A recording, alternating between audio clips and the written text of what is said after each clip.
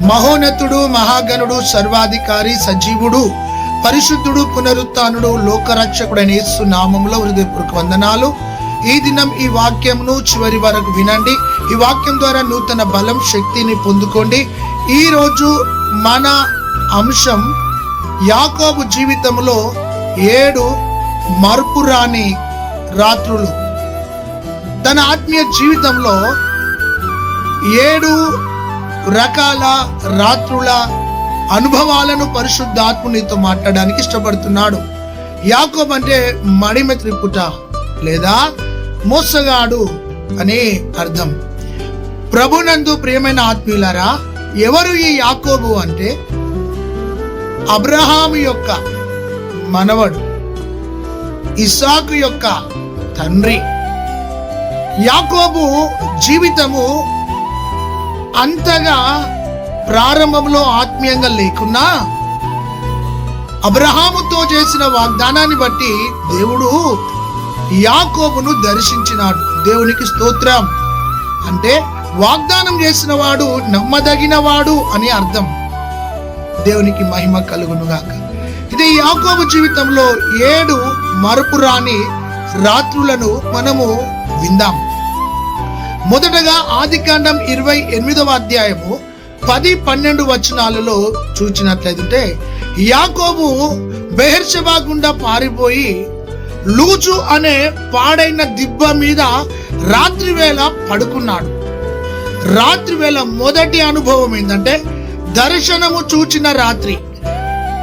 పారిపోయి పడుకుంటే ఆ రాత్రి వేళ ఆ లూజు అనే ప్రాంతంలో బెహెర్షెబా అడవుల్లో రాయిని తలగడగా తీసుకొని పడుకున్నాడు.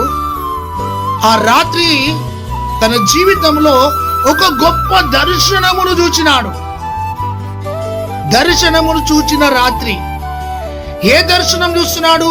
పరలోక మహిమను చూస్తున్నాడు. పరలోకంలో నుండి నిచ్చెన దించబడ్డది. ఆ నిచ్చెన మీదకి వెళ్ళి కొన్ని కోట్ల దూతలు దిగుతున్నాయి. యాకోబుకు ప్రణాళికను చెప్పుతున్నాయి. ఒక మోసగాడు పారిపోతుండగా దేవుడు తనకు రాత్రి వేళ పరలోక సంబంధమైన దర్శనాన్ని యాకోబుకు అనుగ్రహించినాడు. ఆ రాత్రి ఎంత దర్శనం చూస్తున్నాడు. దేవునికి మహిమ కలుగునుగాక. తన ఆత్మీయ జీవితంలో ఆ దర్శనమును చూచిన రాత్రిగా, దీవెనకరమైన రాత్రిగా, మేలుకరమైన రాత్రిగా, ఆ లూజు అనే పాడైన దిబ్బలో పడుకున్న ఆ రాత్రి మహిమ గల దర్శనమును చూచి ఉదయకాలమే లేచి తలగడగా తీసుకున్న రాయిని తీసి నూనె పోసి ప్రతిష్ఠించి, ఇది నిశ్చయముగా దేవుని గవిని, పరలోకపు గవిని, ఇది బేతేల్ అని నామకరణం చేసినాడు. మొదటగా దర్శనము చూచిన రాత్రి. నామకరణం బేతేల్ అంటే దేవుడు మానవుడు కలుసుకునే స్థలం. దేవుడు మానవుడు కలిసి బ్రతికే స్థలం బేతేల్. ఈ రోజున మొదటి అనుభవం ఏమిటో తెలుసా? దర్శనము చూచిన రాత్రిగా తన జీవితం పావనమైపోయింది. నీకెన్నో దర్శనాలు ఉన్నాయి. దర్శనాలు నీ జీవితంలో నెరవేరుతున్నాయా? నీ కలలన్నీ చెదిరిపోయినట్టుగా ఉన్నాయా? ఈ రోజున నీ దర్శనాన్ని ప్రభువు, నీ కలను నెరవేర్చడానికి సమర్థుడై నా దేవుడు. దేవునికి స్తోత్రం. రెండవదిగా ఆదికాండం 29వ అధ్యాయము 21 నుండి 25 వచనాలు చూస్తే, యాకోబు తన మామతో మోసపోయిన రాత్రి. అతడు రాహేలు గురించి 7 సంవత్సరాలు కొలువు చేస్తే తన మామ రాహేలునివ్వకుండా లేయాను తనకు భార్యగా ఇచ్చినాడు. తన ఆత్మీయ జీవితంలో తను ఒకటి అనుకుంటే తన జీవితంలో ఒకటి జరిగింది. మోసపోయిన రాత్రి. ఆత్మీయులారా, ఈ వాక్యాన్ని ఆత్మీయంగా అర్థం చేసుకో. తను అనుకున్నది తనకు రాలే, దేవుడు అనుకున్నది తన జీవితంలోనికి వచ్చింది. లేయా తన తండ్రి మాట విని యాకోబును వివాహం చేసుకుంది. తండ్రి తీసుకున్న నిర్ణయంకు తల వంచింది లేయా. ఆ రాత్రి తన జీవితంలో కలవరం స్టార్ట్ అయింది. మోసపోయిన రాత్రి. ఆత్మీయులారా, నీ జీవితంలో కూడా, ఈ వాక్యాన్ని వింటున్న నీ ఆత్మీయ జీవితంలో యాకోబు వలె మోసపోయావేమో. ఈ రోజున నీ కళ్ళు తెరుచుకొని దేవుని వైపు చూడు. తను అనుకున్నది తన జీవితంలోనికి రాలే. కొన్నిసార్లు నీవు అనుకున్నవి నీ జీవితంలో జరగవి. నేను అనుకున్నవే జరగాలంటే అది అసంభవం. దేవుడు అనుకున్నదే నీ బ్రతుకులో నెరవేరుతాయి. తనకు మోసపోయిన రాత్రిగా ఉండొచ్చు గాని అది తన జీవితంలో ఒక మేలే. దేవునికి మహిమ కలుగును గాక. ఒకటి దర్శనము చూచిన రాత్రి, రెండోది మోసపోయిన రాత్రి. నీ ఆత్మీయ జీవితంలో ఎవరినైతే ప్రేమించావో, ఎవరినైతే నీ ఆత్మీయంగా స్నేహం చేశావో వారితో మోసపోయావా? నట్టేట మునిగిపోయావా? ఇతరులకు డబ్బులు ఇచ్చి, ఇతరులకు షూరిటీ పెట్టి, ఇతరులతో స్నేహం పెంచుకొని, ఇతరులతో ప్రేమను పంచుకొని చివరికి మోసపోయావా బిడ్డ? ఈ రోజున నీ జీవితంలో ఒక అద్భుతాన్ని పరిశుద్ధాత్మ దేవుడు జరిగించబోతున్నాడు. ధైర్యం తెచ్చుకో. రెండోది మోసపోయిన రాత్రి. మూడోది తన జీవితంలో మూడవ రాత్రిగా ఆదికాండం 31వ అధ్యాయం 54-55 వచనాల్లో మామతో సమాధాన పడిన రాత్రి. ఎవరితో? తన మామతో సమాధాన పడుతున్నాడు. ఈ రోజున నీ ఆత్మీయ జీవితంలో సమాధానంగా ఉన్నావా? నీ సరిహద్దులలో సమాధానం ఉందా? నీ మనసులో సమాధానం ఉందా? నీ కుటుంబంలో సమాధానం ఉందా? నీ తోడబుట్టిన వారితో సమాధానంగా ఉన్నావా? ఈ రోజున సమాధానం లేక ఏడుస్తున్నావా? సమాధానం కరువై కన్నీళ్లు గారుస్తున్నావా? నీ పొరుగు వారితో సమాధానంగా బ్రతకడం నేర్చుకో. నీ తోటి వారితో సమాధానంగా బ్రతకడం నేర్చుకో. యాకోబు తన మామతో సమాధాన పడుతున్నాడు. కొందరు సమాధానంగా బ్రతకరు, సమాధానంగా ఇతరులతో ఉండరు, వారిని కూడా సమాధానంగా ఉంచరు. నీ ఆత్మీయ జీవితంలో కూడా సమాధానం లేక కొట్టుమిట్టాడుతున్నావేమో. ఈ వాక్యం వినగానే నీ ఎదుటి వారితో సమాధాన పడడం నేర్చుకో. సమాధాన పడాలంటే ఒక వ్యక్తిలో తగ్గింపు ఉండాలి, దీనత్వం ఉండాలి, క్షమాపణ ఉండాలి, ప్రేమ ఉండాలి. అవి ఎక్కడుంటాయో అక్కడ తగ్గింపు అనేది, సమాధానం అనేది ఉంటుంది. మూడోది తన మామతో సమాధాన పడిన రాత్రి. హల్లెలూయా. యాకోబు జీవితంలో మొదటగా దర్శనాన్ని చూచిన రాత్రి, రెండోదిగా మోసపోయిన రాత్రి, మూడోదిగా మామతో సమాధాన పడిన రాత్రి. దేవునికి మహిమ కలుగునుగాక. కష్టపడి ఎంతో ప్రయాసపడి ఆఫీస్కి వెళ్ళి ఇంటికి వస్తున్నావు. ఇంటికి రాగానే రాత్రి వేళ నిద్ర పట్టక కలవరాలతో ఉన్నావా? స్లీపింగ్ టాబ్లెట్లు వేసుకుంటున్నావా? నీ జీవితాన్ని ప్రభు చూస్తున్నాడు. ఎన్నో మెంటల్ టెన్షన్స్ తోని, ఆర్థిక సమస్యలతో కొట్టుమిట్టాడుతూ నిద్ర పట్టక ఏకాకిగా మిగిలిపోతున్నావా?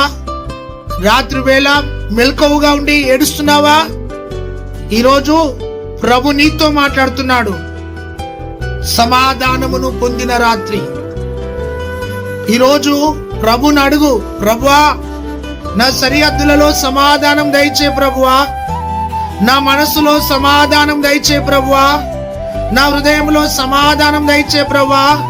నేను ఎక్కడ సమాధానాన్ని కోల్పోయానో అక్కడ నేను సమాధానంగా బ్రతుకుటకు ప్రభువా నన్ను బలపరచు ప్రభువా అని అడుగు. ఈరోజు ప్రభు నీకు సమాధానం ఇవ్వబోతున్నాడు. మూడోది, నాలుగో విషయం, నాలుగవ రాత్రి తన జీవితంలో ఆదికాండం 32వ అధ్యాయము 13-14 వచనాల్లో ఉంటుంది.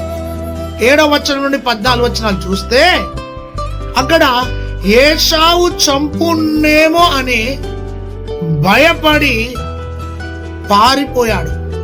భయపడిన రాత్రి. అనేక సార్లు రాత్రి వేళ ఏమో జరుగుతుంది అన్న భయం మనుషులను ఆవరిస్తూ ఉంటది. ఒక సహోదరు అంటుంది, అయ్యగారు నేను పడుకుంటే నాకు భయం, అయ్యగారు నిద్రలో నేను చనిపోతానన్న భయం, అయ్యగారు ఒంటరిగా ఉంటే ఏమో అయిపోతానన్న భయం, అయ్యగారు. ఎంతకాలం భయపడుతూ బ్రతుకుతావు? కొందరు ఇంట్లో ఉండి ఒంటరిగా ఉన్నామని భయపడతారు, కొందరు ఆరోగ్యం క్షీణించిపోతుందని భయపడతారు, కొందరు నాకేమో అయిపోతుందని ఆందోళన చెందుతూ ఉంటారు. ఆత్మీయుడా, సహోదరి, ఈరోజు దేవుడు నీతో మాట్లాడుతున్న మాట ఏమిటో తెలుసా? భయముతో బ్రతికిన రాత్రి. నీ జీవితంలో కూడా భయం నిన్ను వెంటాడుతుందా? రోగం నిన్ను వెంటాడుతుందా? సమస్యలు నిన్ను వెంటాడుతున్నాయా? ఏశావు వెంటాడినాడు, చంపుతాడేమో అని మరణ భయం తనలోనికి వచ్చింది. ఈ రోజున 4వ రాత్రి తనలో మరణం అనే భయముతో బ్రతికిన రాత్రి. నేను చనిపోతానేమో అన్న భయం తనలోనికి వచ్చింది. ఈరోజు ఈ వాక్యం నీ కోసమే. దినదినం భయపడుతూ బ్రతుకుతూ, కృంగిపోతూ బ్రతుకుతూ, ఏశావు వలె సమస్యలు నిన్ను తరుముతున్నాయేమో. ఏశావు యాకోబును తరిమినట్టుగా నిన్ను కూడా ఏదో ఒక సమస్య తరుముతుండగా నీ జీవితంలో కలవరం, కన్నీళ్లు, దుఃఖము, వేదన, భారము, నలిగిపోతూ కృషించిపోతూ నువ్వు ఏమో అయిపోతుంది అన్న భయముతో బ్రతుకుతున్నావేమో. దేవుడు అంటున్నాడు, భయపడకు, నీకు అభయం ఇస్తానంటున్నాడు, నీ భయాన్ని తొలగిస్తానంటున్నాడు, నీ కన్నీళ్లను తుడుస్తానంటున్నాడు, నీకు కృపనిస్తానంటున్నాడు.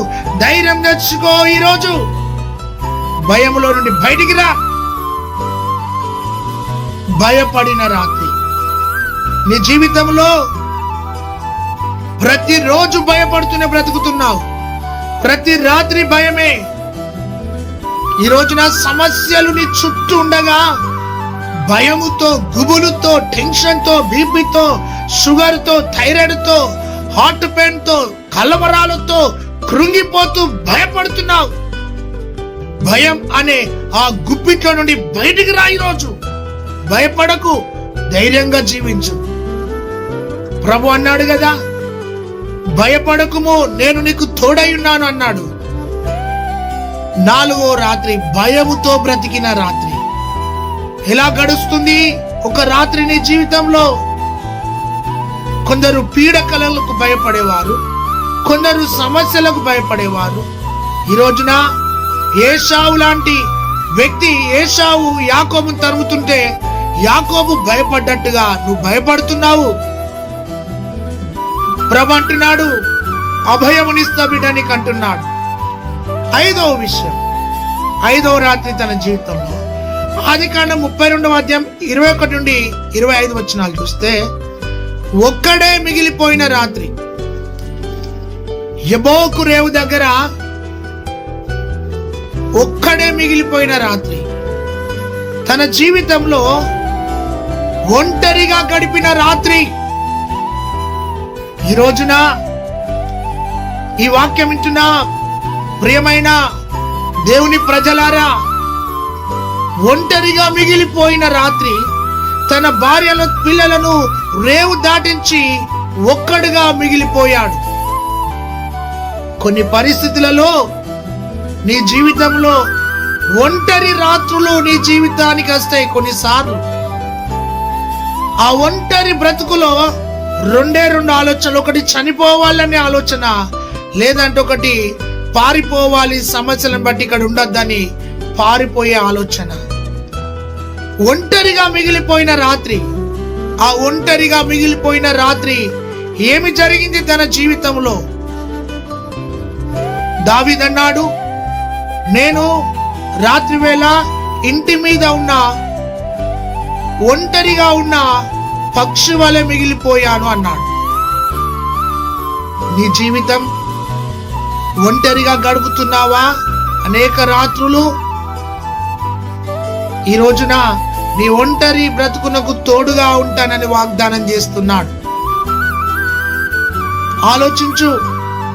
1 దర్శనం చూచిన రాత్రి, 2 మోసపోయిన రాత్రి, 3 సమాధాన పడిన రాత్రి, 4 భయముతో బ్రతికిన రాత్రి, 5 ఒక్కడే మిగిలిపోయిన రాత్రి.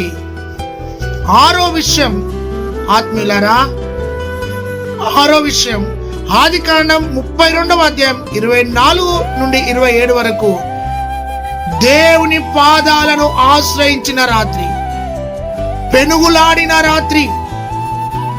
ఈ రాత్రి నువ్వు నన్ను దాటిపోవద్దయ్యా, ఈ రాత్రి నన్ను దర్శించాలయ్యా, ఈ రాత్రి నన్ను దీవించాలయ్యా, ఈ రాత్రి నాయనా నిన్ను విడిచిపెట్టనని ప్రభు పాదాలు పట్టుకొని పెనుగులాడుతున్న రాత్రి. దేవునికి స్తోత్రం, హల్లెలూయా. యాకోబు జీవితంలో ఒంటరిగా మిగిలిపోయిన రాత్రి, నేనేమైపోతానన్న భయం కలవరం తనలో రాలే గాని ఆ రాత్రి వేళ పెనుగులాడుతున్నాడు.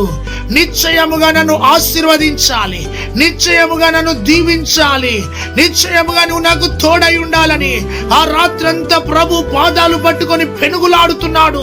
నీవు నన్ను దాటిపోవద్దయ్యా, ఈ రాత్రి ఒక గొప్ప కార్యం నా జీవితంలో జరగాలి అని ఆ రాత్రంతా పెనుగులాడుతున్నాడు. హల్లెలూయా. ఈ వాక్యం నీ కోసమే. ఆ రాత్రి ఎందుకు పెనుగులాడుతున్నాడంటే, భయములో నుండి నేను బయటికి రావాలి, సమస్య నుండి నేను బయటికి రావాలి, వాగ్దానాన్ని నేను అనుభవించాలి, నీ తోడు నాకు కావాలి, నీ కృప నాకు కావాలి, నీ ఆశీర్వాదం నాకు కావాలి, నీ ప్రసన్నత నాకు కావాలి, నా మార్గంలో నువ్వు నాకు తోడై ఉండాలి.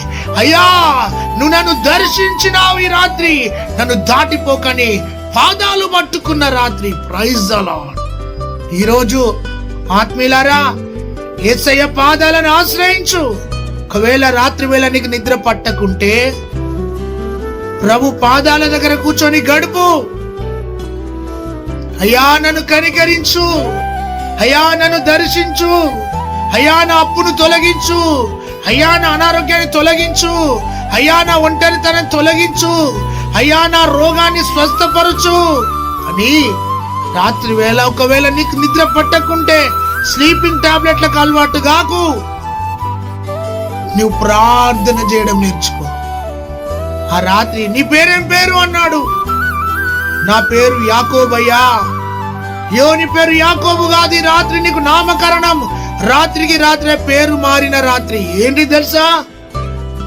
తన జీవితంలో యాకోబుని ఇశ్రాయేలుగా చేసిన రాత్రి, పోరాడి నువ్వు జయించే వ్యక్తివని నామకరణం జరిగిన రాత్రి, మారు మనసు పొందిన రాత్రి, పేరు మార్చబడిన రాత్రి, నడక మార్చబడిన రాత్రి, బుద్ధి మార్చబడిన రాత్రి, ఆశీర్వాదం పొందిన రాత్రి, నూతన పరచబడ్డ రాత్రి, తన సమస్తాన్ని నూతన పరిచినాడు దేవుడా రాత్రి వేళ. ఈరోజు ఆత్మీయ సహోదరుడా సహోదరి, ఆ రాత్రి తన జీవితమే రూపాంతరపరచబడ్డ రాత్రిగా మిగిలిపోయింది. చరిత్రలో మరిచిపోయిన రాత్రిగా మిగిలిపోయింది. పారిపోయి మారిపోయిన రాత్రిగా మిగిలిపోయింది. పట్టబడ్డ రాత్రిగా మిగిలిపోయింది. పరలోక దర్శనం చూచిన రాత్రిగా మిగిలిపోయింది. ఈ రోజున నీ ఆత్మీయ జీవితంలో ఎలాంటి రాత్రులను గడుపుతున్నావు?